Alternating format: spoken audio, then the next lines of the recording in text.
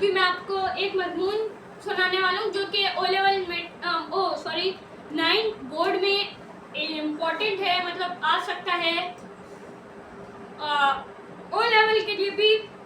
تو اس مضمون کا نام ہے ایک دلچسپ سفر کی روداد.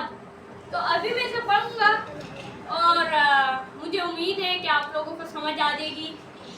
آپ غور سے سنیے گا. تو شروع کرتے. گزشتہ گرمیوں کی چھٹیاں میرے لیے نہایت یادگار ثابت ہوئیں کیونکہ میں اپنے اہل خانہ کے ساتھ ایک دلچسپ سفر پر شمالی علاقے کی سیر کے لیے گیا.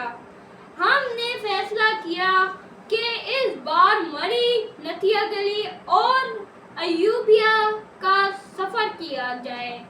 صبح سویرے ہم نے کراچی سے روانگی اختیار کی.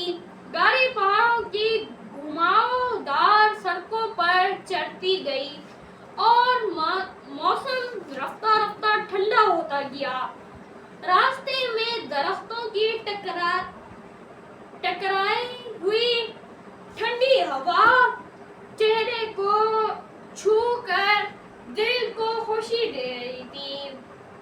مری میں ہم نے کشمیری چائے پی اور مقامی پکوانوں سے لطف اٹھایا.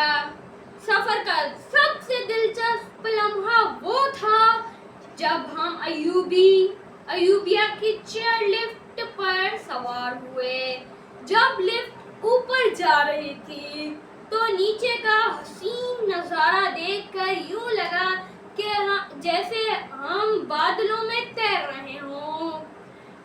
فضا میں ٹھنڈی ہوا کے جھونکے اور ارد گرد پہاڑوں کا نظارہ ناقابل فراموش تھا. یہ سفر نہ صرف تفریحی تھا بلکہ قدرت کی عظمت اور حسن کا احساس بھی دلاتا تھا. اس نے میرے دل میں وطن عزیز کی خوبصورتی کے لیے محبت کو مزید گہرا کر دیا.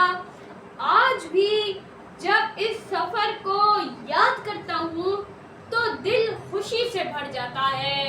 تو آج کی یہی ویڈیو تھی، مضمون تھا ہمارا، اس کا نام کیا تھا؟ ایک کی روداد.